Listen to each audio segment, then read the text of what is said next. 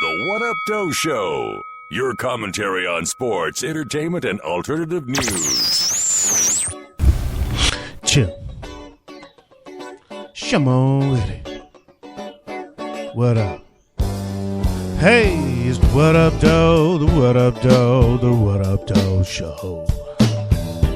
Yo, what up, though, y'all? It's your boy T. Wilson. I am live on a Thursday morning. It's a Throwback Thursday, so new thing I'm doing this week. Every Thursday on the Throwback Thursday, I am going to lace my show with throwback backbeats. How about that? So the backbeats behind me will be all throwback music because it is Throwback Thursday. How about that? I got a lot to cover today, man. I'm sorry I'm getting a late start, and I've got to rush through it a little bit because I got a late start, and I was really getting involved with my commentary this morning again like yesterday. So let's go ahead and get straight to the birthday shouts. I only got a couple. I got Cherokita Rubin and Steela Watkins. Happy birthday to both of y'all.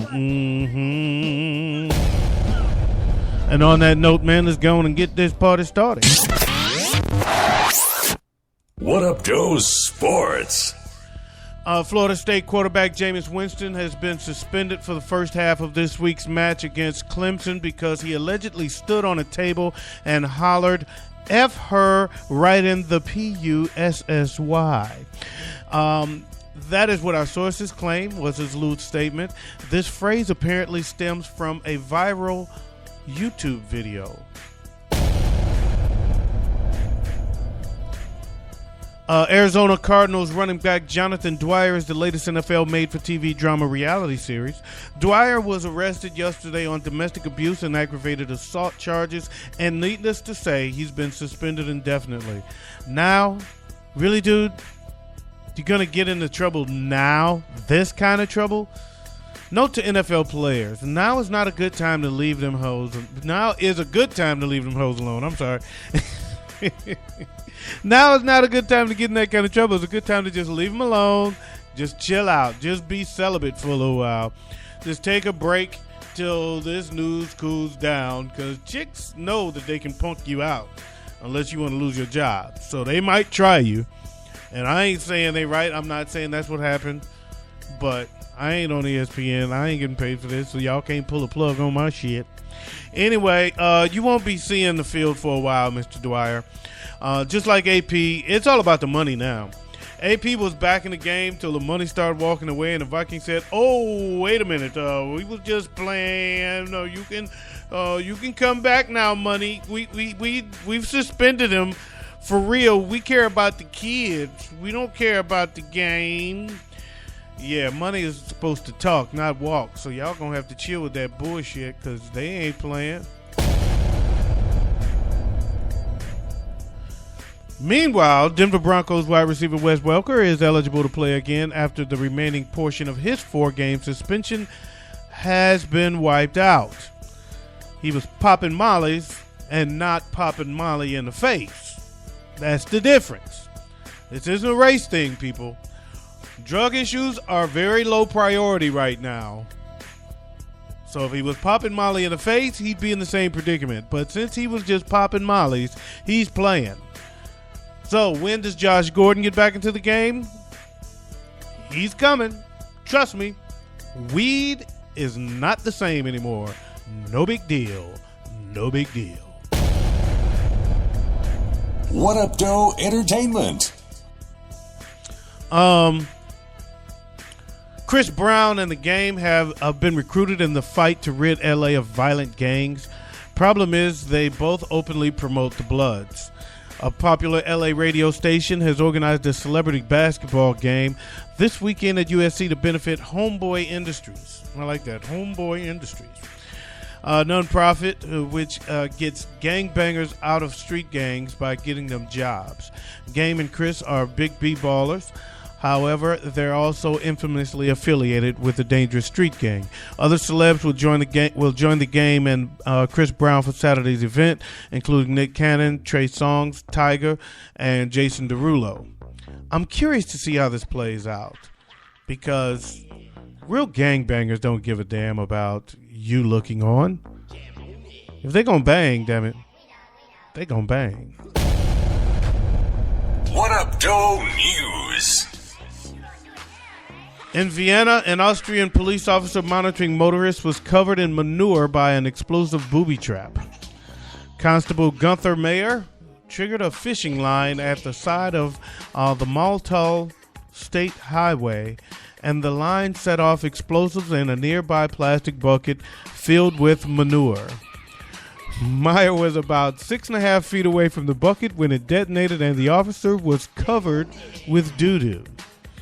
The trap was likely designed to target police, as the spot where Mayer was watching traffic is often used by officers using radar guns to monitor the speed of motorists. That's what you get. He got hit with a doo-doo bomb trying to catch someone with a speed trap. I always hated speed traps. I mean, isn't trap the key word for entrapment? I always thought speed traps was a form of entrapment, and the word trap is in it. You're hiding to catch someone speeding. Now, it's different if they're doing something outrageous. I can get with that, I guess, I suppose. But the fact is, laws are made with a purpose, with an intention. And I think we lose the intent of the law when we start trying to catch people just going a little 5 over. You're not really protecting anybody. You're just catching somebody doing something technically against the law. Anyway, whatever. In Honolulu, a woman is seeking a $50,000 National Geographic Channel prize, said the money would be used to collect poop in India. Why collect poop in India when you can get doo-doo bombs in Vienna? Emily McNeach. What kind of name is that, McNeach? Emily McNeach of Honolulu said she and her Poop Out of Poverty team, that's the name of it, Poop Out of Poverty team, finalists for the National Geographic Channel's Expedition Granite contest, would use the $50,000 prize to create bathroom facilities in India and other underserved areas. See, it's really a good deed. You thought she was just collecting the doo-doo to bring back to Vienna to make doo-doo bombs. No, that's not what it is.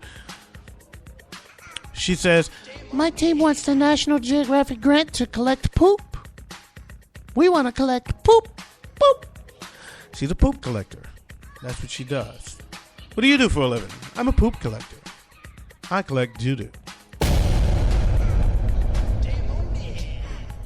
In Sydney, Australia, Sarah Marie Summer is believed to be the owner of Australia's largest breast after having her chest enhanced by 18 cup sizes to an 8M. So to hell with you women with the double Ds. You think double Ds is a big deal? Try 8M, as in monstrous. And she told the What Up Doe Show she would like to undergo a 4th augmentation surgery to have her breast enhanced further.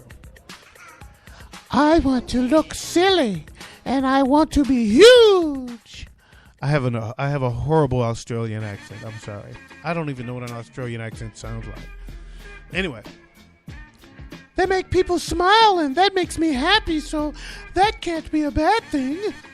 Summer said she loves the attention her breasts have gotten her in modeling jobs and on social media, but she said they also cause her back pain and other everyday inconveniences.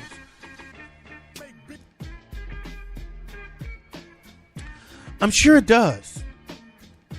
I'm sure augmented 8 monstrous-sized breasts are extremely heavy.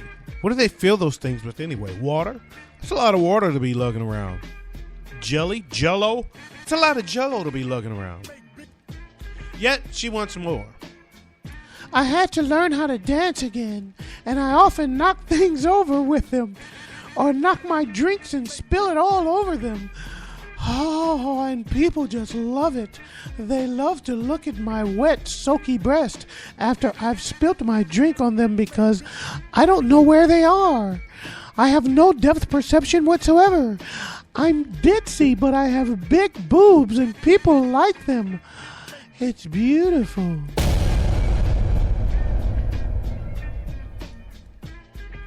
In Fort Worth, Texas, police said a less than heroic Batman accused of robbing a Fort Worth store was caught on camera removing his mask.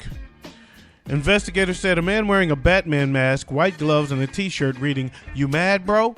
robbed a Verizon wireless store in Fort Worth last week alongside a man wearing a Dallas Mavericks baseball cap, a long-sleeve white shirt turtleneck, and a Pepsi t-shirt. The men made off with cell phones, tablets, and cash before fleeing the store, but the man in the Batman mask removed his mask before making it all the way out and in clear view of security cameras. He was, you could read his lips. He looked at the camera with a mask off and he said, "What up, though, bitch?" It is now time for your Netflix movie review. Last night I watched a movie called The Babysitters. It was pretty interesting. It's about a guy who starts having an affair with the babysitter. And then he tells a friend about it, and the friend, instead of telling his wife, he says, "Can you think she can babysit mine?" So he calls her and says, "You got a friend maybe that can babysit for my friend?" And next thing you know, she started a little prostitution ring called The Babysitters. And it was pretty interesting. Of course, things get ugly and complicated, and she ends up catching her father having sex with one of her babysitter girls. It was a trip. It wasn't bad, man. It was actually a pretty decent film. They don't show a lot of breasts. With all the sex scenes, you would expect more breasts, but I guess they only got one brief nudity scene, and it wasn't all that great. But the movie was still pretty good. I would have given it a 4 if it had more breasts, but I'm going to give it a 3, and a solid 3. Pretty good film. So the name of the movie is The Babysitters. You can stream it on Netflix, and that is your What Up Doe movie review. And now it is time for your What Up Doe closing commentary. Yesterday, a guy on Facebook, and I'm not going to say his name, but I am going to go out of my way to make sure he hears this, or at least has the opportunity to hear this. He took issue with my commentary yesterday, and that's okay, right? I didn't expect everybody to agree with me, and I said that at the onset of my commentary. This guy and I don't know each other, but instead of respectfully disagreeing with my stance, he chose to say that because he didn't agree with me, that I was unintelligent, quote unquote. My response to him is simple. Thanks for listening.